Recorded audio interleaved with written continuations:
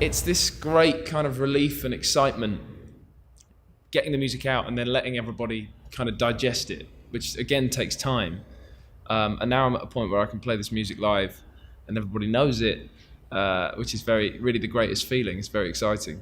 So it's cool to finally have it all out, and it was I guess it was an intense process, but it should be. I enjoyed that about it. My first album, Chaos and the Calm, did really well, by the standards, by the grand scheme of things. So for me, there was a feeling of pressure of, I wanted to love the next music that I make as much, if not even more. I felt like I had a greater sense of what I wanted to do musically, and that came from playing live as well. So there was that. But I'm so excited for this music. I have to say, I love it. Tell me when the light goes down, that even in the dark we'll find a way out. It takes practice getting to a point where you're quite good at understanding and accepting that you love a song or a thing you've created.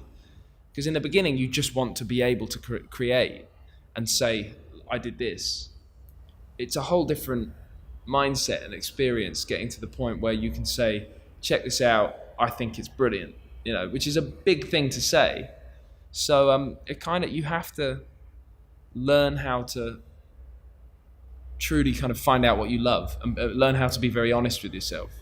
And I think I'm still learning to do that, and it takes time, it takes a long time, but I'm in a good place with it. And I was certainly in a good place with Electric Light. I got to a point quite quickly where I was making what I wanted to hear and what I wanted to sound like. So I'm pleased with that.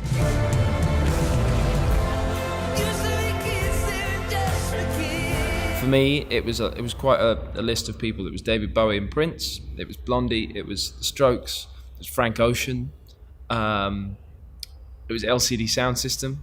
So there was lots of, and there was many more different artists as well. And then at the same time, another thing that I wanted to put into this music was the kind of energy that I was performing with live. I didn't want to make a live record, but I wanted to capture that immediate energy. So I didn't spend time doing 15 takes of each vocal. I did 2 or 3 max. And often it was the first or second take that I used because it felt the most legit, it felt the most real. And that was a very different process for me to making the first album. I wasn't good at that at all on the first album. I was changing every word, every other word. I was singing it again. This time, everything was first or second take, and I really enjoyed that. So it was very freeing. Only had to be in this world. Tell me how to breathe in and feel no hurt. For getting into that space of being a little bit more kind of free and easy about takes, it was John Green, who is an old friend of mine, who I wrote minus one song. I wrote this whole album with John, and he's a great producer in his own right and a great songwriter, a great musician. I've learned so much from him over the years. He's very good at just sort of very calmly kind of delivering a part and just trying to be musical, not overthinking it. So he helped with that, and then we got to a place where we were invited by a very well-known producer, Paul Epworth, into his studio. He was a fan of the music that we'd made for this album. He heard some of the kind of early demos, and he helped to really kind of progress the sound, and he introduced sounds that initially I wasn't as sure of. It's a little bit hard for me to describe because he stands at the recording desk and he knows how to do a lot with that and a lot with synthesized sounds.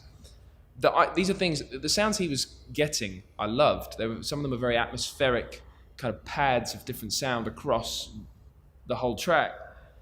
I'm not really sure how he was doing it though. That's the sort of wizardry and genius of Paul Epworth, is he knows all these different sort of tricks and moves with synths and different sounds and different sort of EQs on the desk that someone like me doesn't know anything about. So it was just fascinating to sit back and listen and enjoy, and he really sort of brought that element, which was like a fourth dimension to the music. He brought that in a big way.